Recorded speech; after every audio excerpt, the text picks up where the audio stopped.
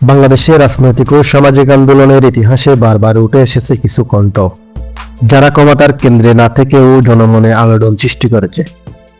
এমনই এক নাম ওসমান হাদি, যিনি পরিচিত ইনকিলাব মঞ্চের মুখপাত্র হিসেবে। প্রশ্ন হলো, কে এই ওসমান হাদি, কি তার রাজনৈতিক দর্শন, আর কেনই তিনি এত আলোচিত? আজকের এই ভিডিওতে আমরা জানবো ইনকিলাব মঞ্চ কি, ওসমান হাদির উত্থান, তার বক্তব্য, সমর্থন ও সমালোচনা, সবকিছু তথ্য ও বিশ্লেষণের আলোকে আমরা জানার চেষ্টা করব। চলুন শুরু করা যাক। ওসমান হাদি 1993 সালে ঝালকাঠি জেলার নলছিটি উপজেলায় এক মুসলিম পরিবারে জন্মগ্রহণ করেন।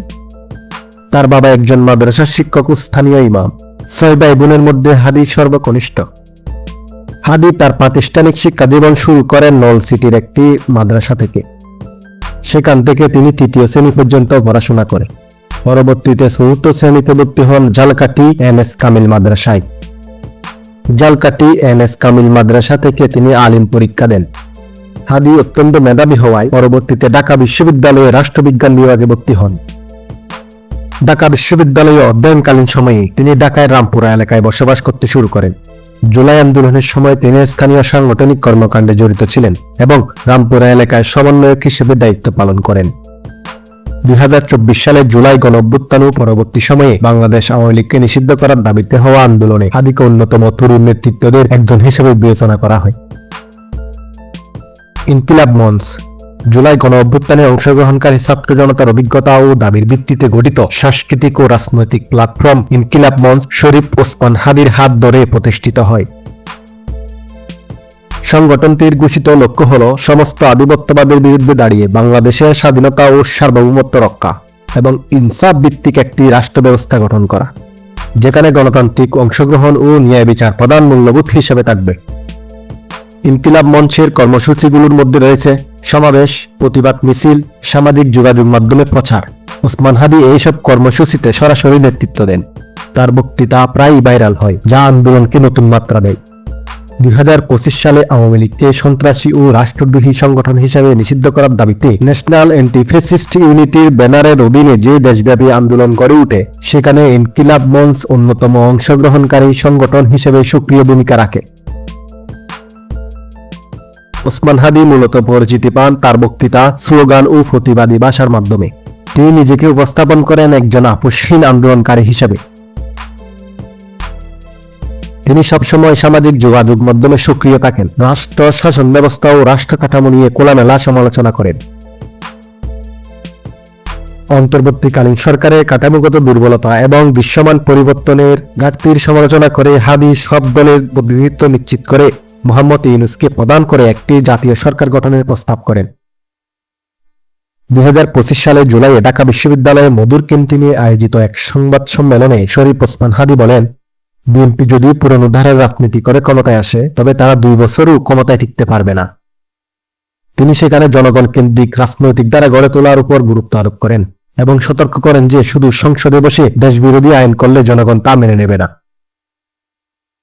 2025 সালে জাতীয় সংসদ নির্বাচনে মতিঝিল, শাহবাগ, রমনা, পল্টন ও শাহজাহানপুর নিয়ে গঠিত ঢাকা 8 আসন থেকে প্রার্থী হওয়ার ঘোষণা দেন শরীফ ওসমান হাদি।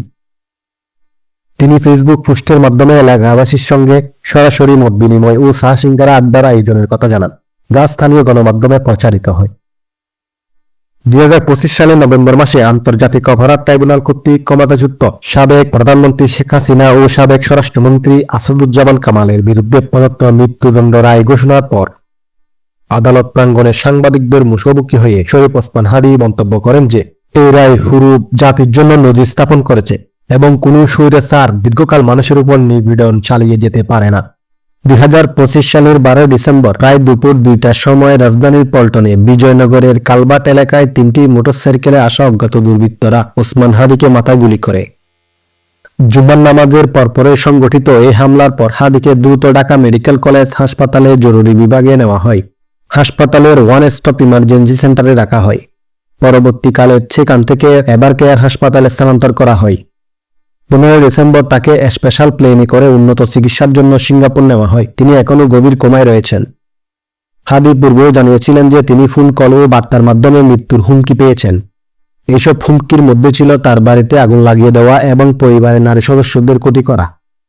জুলাই অভ্যুত্থানে ক্ষমতাচ্যুত আওয়ামী লীগের সমর্থকদের কাছ থেকে হত্যার হুমকি পাওয়ার কথা 1 মাস আগেই জানিয়েছিলেন হাদি। অনেক গণমাধ্যম প্রকাশ করেছে যে তার উপর হামলাকারীরা ভারতে পালিয়ে গেছেন। সাথে এটা নির্বাচনে বানচালের ষড়যন্ত্র অংশ মনে করছে বিএনপি, জামাত সহ বিভিন্ন রাজনৈতিক দল। 2025-এ জাতীয় নাগরিক পার্টির ডাকা মার্চ টু গোপালগঞ্জ ক্যাম্পেইনে সংঘর্ষের প্রেক্ষিতে তিনি গোপালগঞ্জ জেলা ভেঙে দেওয়ার আহ্বান জানিয়েছিলেন। গালিগালাজপূর্ণ ভাষায় তীব্র সমালোচনা করেন, যা ব্যাপক সমালোচনা ও আলোড়ন সৃষ্টি করে। পরবর্তীকালে বিতর্কের মুখে দিয়ে তার গালিকে মুক্তির মহাকাব্য হিসেবে আখ্যায়িত করেন এবং কেউ দুঃখ পেয়ে থাকলে তাদের জন্য দুঃখ প্রকাশ করেন। ব্যক্তিগত জীবনে ওসমান হাদি বিবাহিত এবং এক সন্তানের জনক। সবাই ওসমান হাদির জন্য দোয়া করবেন যাতে তিনি সুস্থ হয়ে ওঠেন, দ্রুত সুস্থ হয়ে দেশে ফিরে আসেন। ভিডিওটি ভালো লেগে থাকলে অবশ্যই চ্যানেলটি সাবস্ক্রাইব করে সাথে থাকবেন। দেখা হবে পরবর্তী কোনো নতুন এপিসোডে। ততক্ষণ পর্যন্ত ভালো থাকুন, সুস্থ থাকুন। ধন্যবাদ।